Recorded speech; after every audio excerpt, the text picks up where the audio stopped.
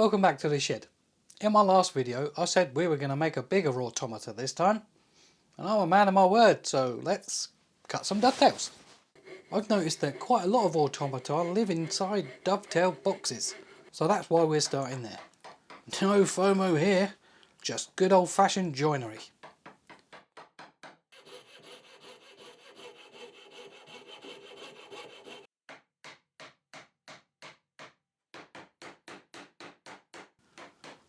That'll do for now. We're on the router table now, cutting this slot. It's a groove at the minute, but that's because it's being cut in two passes. There's another groove in the middle, but I didn't film that, so that's a groove and a slot that need explaining. The groove in the middle is for this board to fit into. So that's that explained. While we're waiting for the glue to dry, let's have a look at the mechanism that's going to drive our automata. As we can see, there is a lever arm attached to a wheel. As the wheel spins, the lever arm moves a hand plane back and forth. In the last video when I made the dancing man automata, I had a comment from a gentleman called Eric. Eric kindly commented that the dancing movement wasn't particularly realistic, or words to that effect.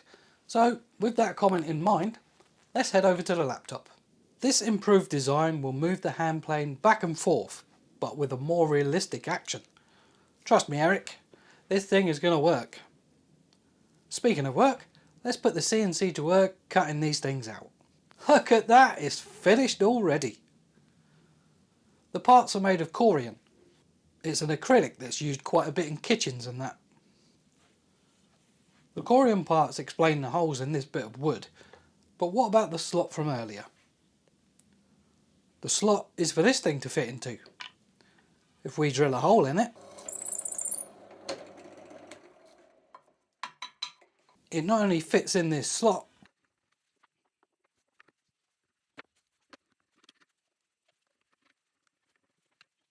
but also attaches to this lever arm. The mechanism is finished now, so we can focus on the creative part of the automata. Because we're starting with a rather large carving blank, let's be kind to ourselves and rough it out on the bandsaw. This technique has featured quite a few videos of mine because it's a really easy way to make 3D shapes.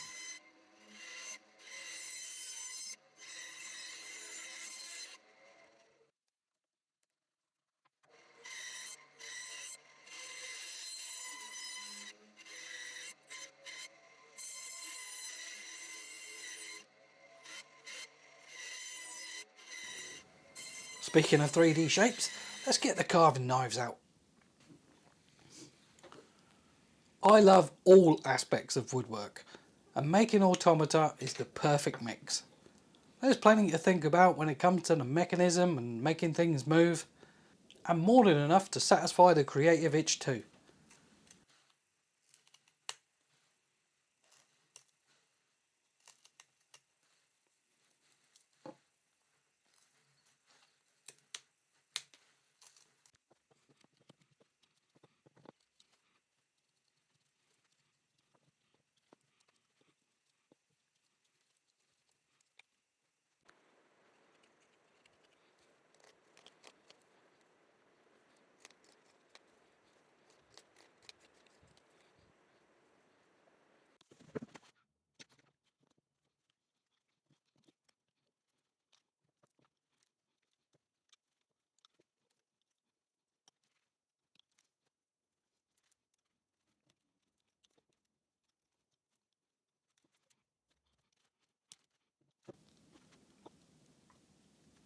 Look at that, it's a head.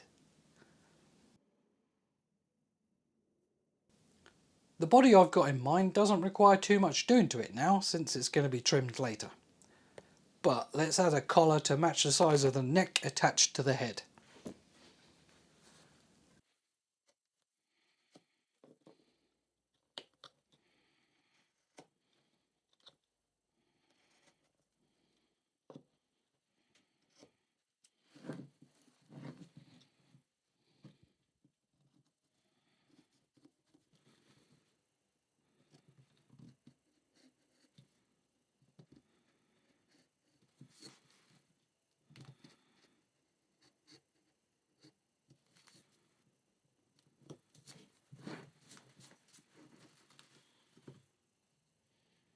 The head attached to the neck is now attached to the neck attached to the body.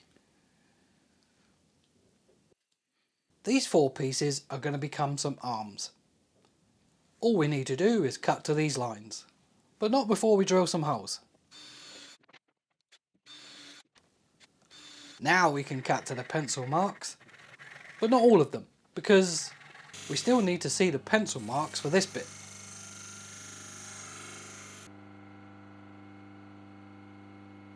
Now we can get the saw out again and finish the cuts.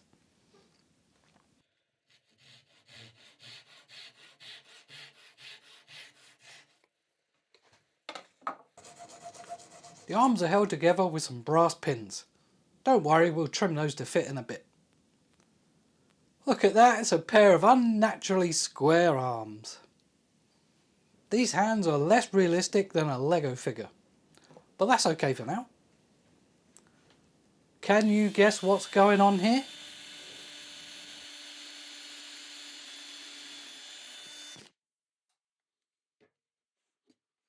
If you guessed drilling a hole in a dowel, you'd be right. Just look how easy it is to connect these dowels to the hands with the brass rods.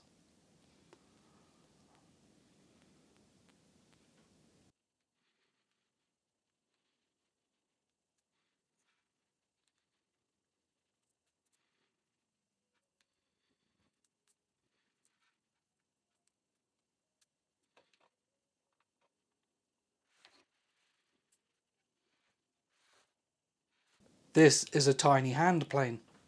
No, really, it is. With the dowels attached to the hands, we can poke those dowels into the hand plane, and now it's making sense. Good work, but let's not pat ourselves on the back just yet. There's still a few loose ends to tie up. The arms need a bit more shaping.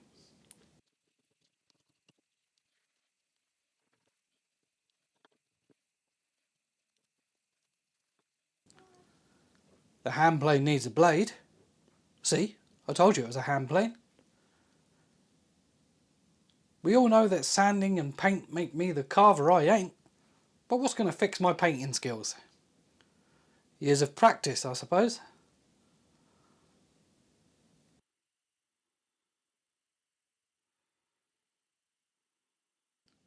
Look at that.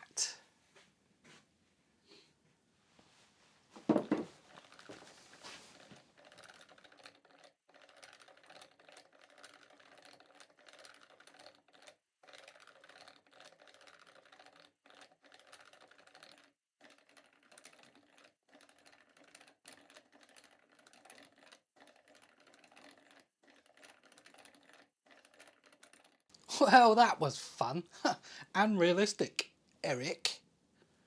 All of the designing and the figuring out for this automata happened off camera, so next time we'll go through the whole process start to finish, the whole shebang. Prototype, design, the lot.